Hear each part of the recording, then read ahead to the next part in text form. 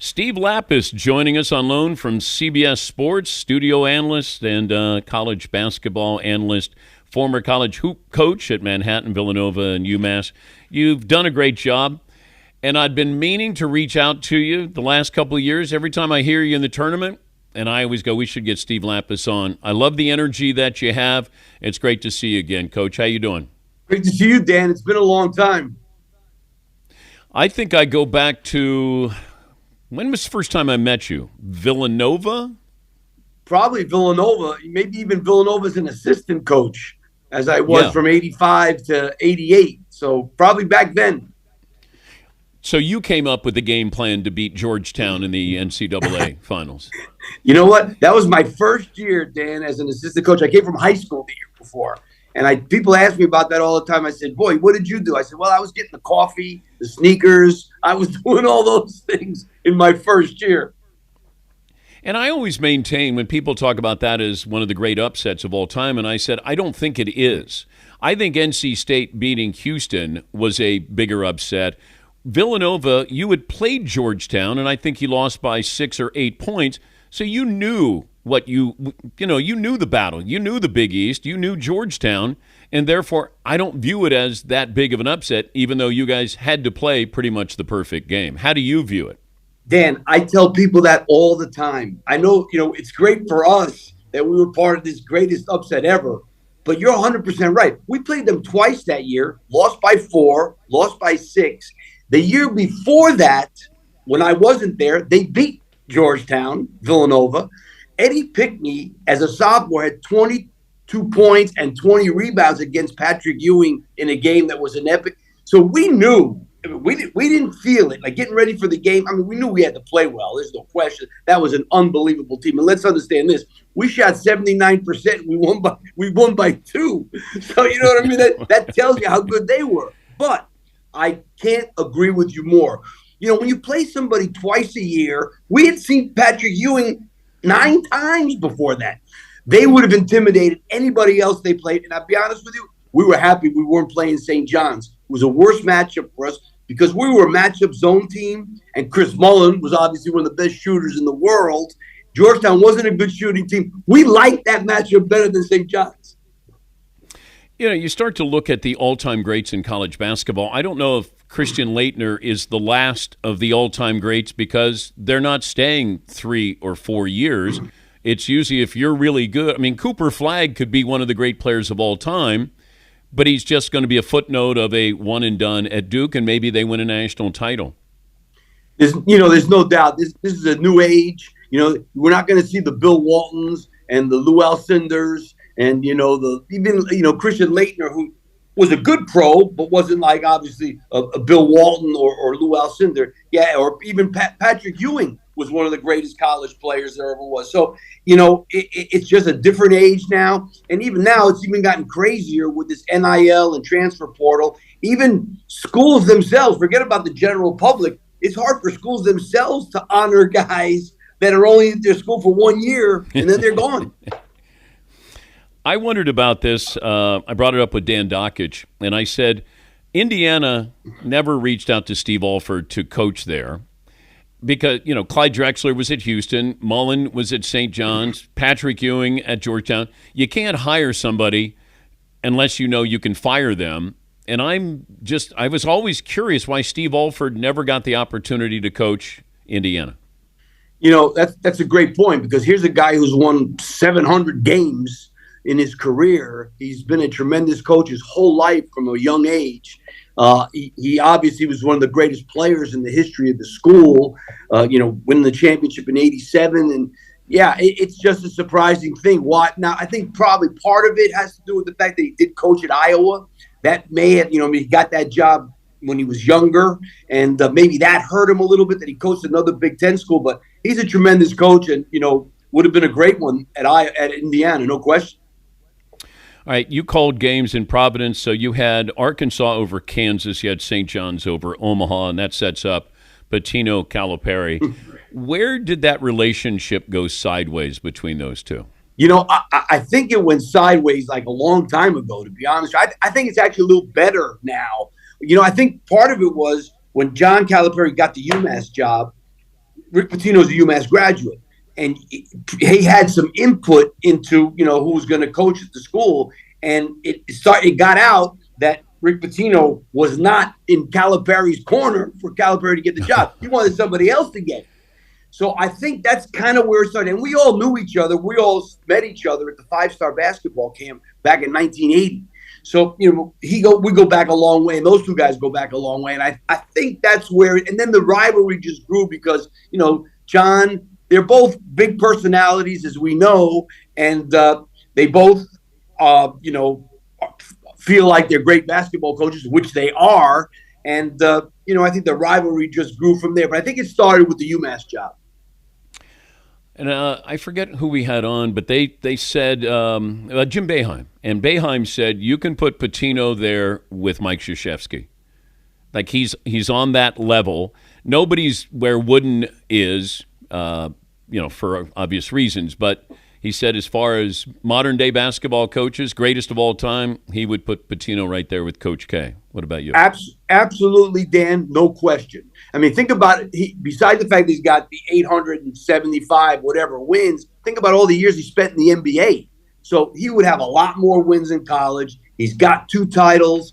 I always tell people, me personally, like people ask me all the time, if you had to one game, you got to win one game, who would you want to coach? I said, there's 2 people, Bob Knight and Rick Pitino, if I got to win one game. Well, it's high praise there. Yeah, no, well, not Coach K. Here, Coach K was a great coach. I look at those guys different. See, Coach K, he was maybe the greatest leader of all time. That was his thing, his leadership. Not that he was a next to no guy. Knight and Pitino, those guys were tinkerers. They were X and O. Not that I'm not. And please, I don't want anybody to take this like, oh, what are you talking about, Mike? Mike Krzyzewski's all time the best, one of the best. But those 2 guys were like, they would tinker for game plans. Mike Krzyzewski's philosophy was, this is what we do, and we will do it better than what you do, and we're going to win. These guys, they would change things. They would change the scouting report. They'd tweak this, tweak that. And that's why I mean, one game, those guys will game plan to make it hard for you to win. Steve Lappas, CBS Sports College basketball analyst. He has McNeese State and Purdue and Arkansas and St. John. Wait, are you working in the early game here? No, tomorrow. My games are tomorrow. Tomorrow. I was going to say, yeah. Okay. I was like, boy, I'm holding you back here. No, I had the 4 yesterday. Okay. Do you have any problem with Will Wade coaching in the tournament, knowing that he's going to take another job? Yeah, I mean, let's face it.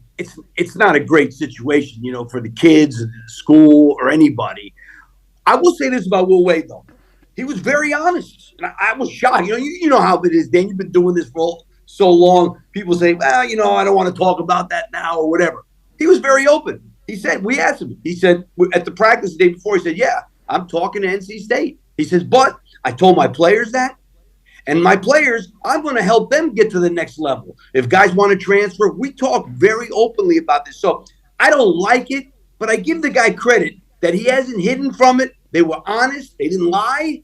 And, you got to – there's something to be said for that, too.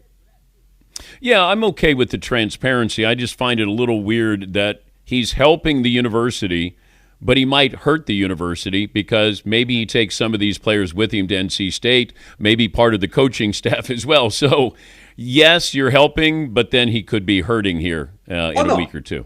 There's no doubt that if we were going to put a scale, which way is worse than the other, there's no doubt that the fact that this came out and that he's going is worse for the school and everybody involved. The only thing I'm saying is it's a bad situation, and he didn't lie about it. That's all I can say.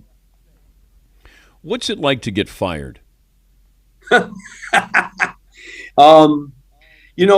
that's an interesting question. Obviously, it stinks, as we know, but the thing that gets you more than anything else is that you spend your whole life doing this thing that you think you're pretty good at, and it's kind of been your dream. And then all of a sudden, it could be over.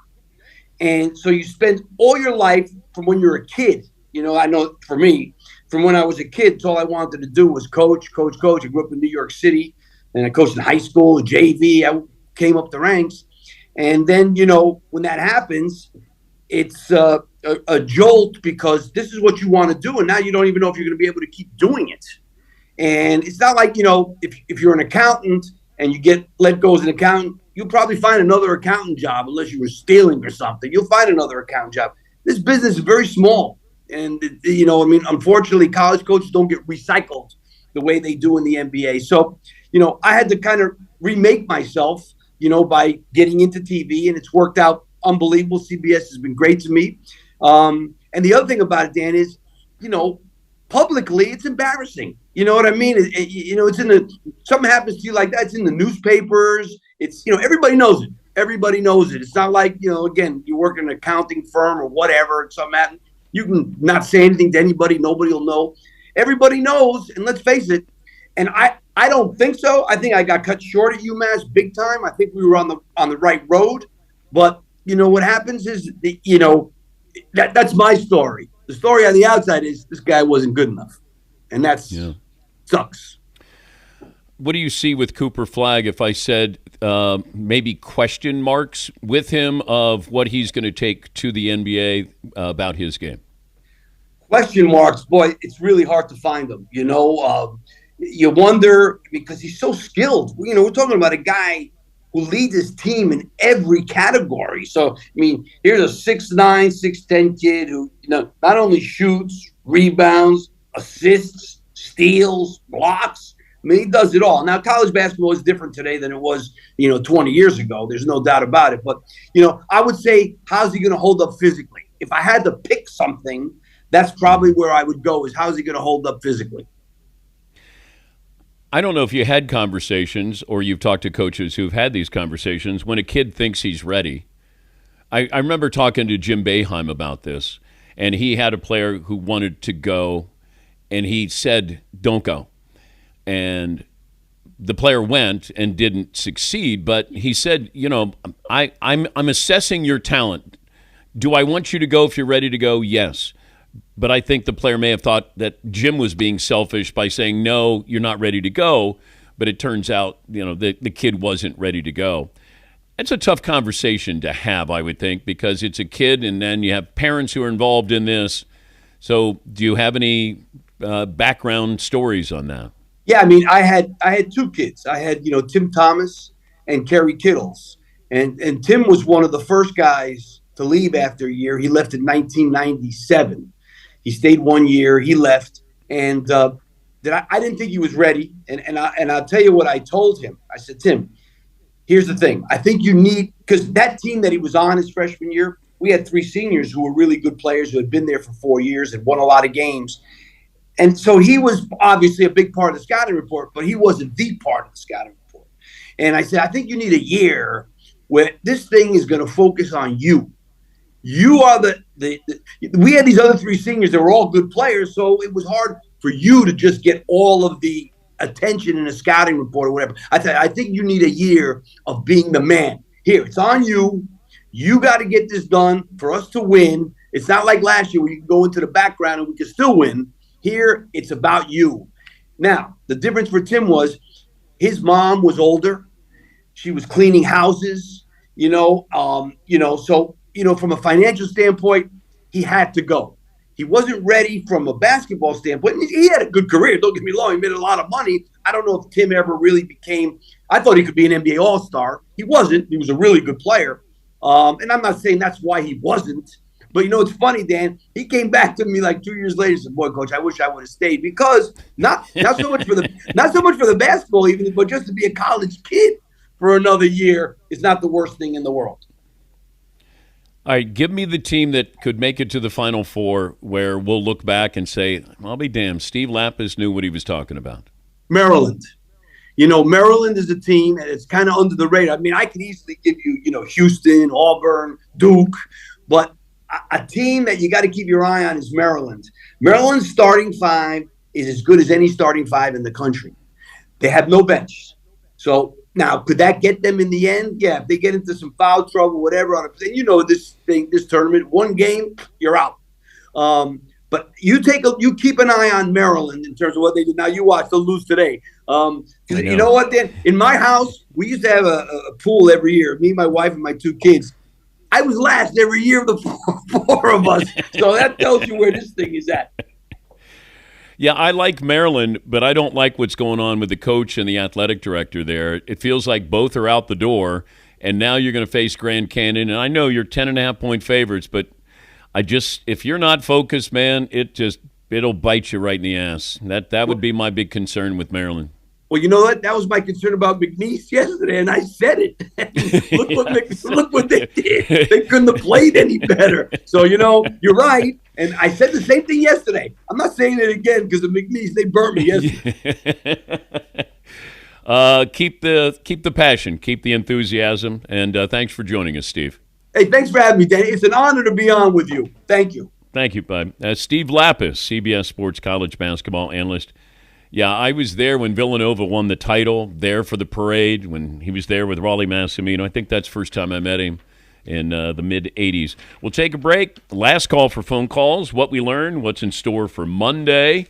Dylan gets a pie to the face coming up, and also it's a Meat Friday as well. We'll have all of that coming up next here. Dan Patrick Show.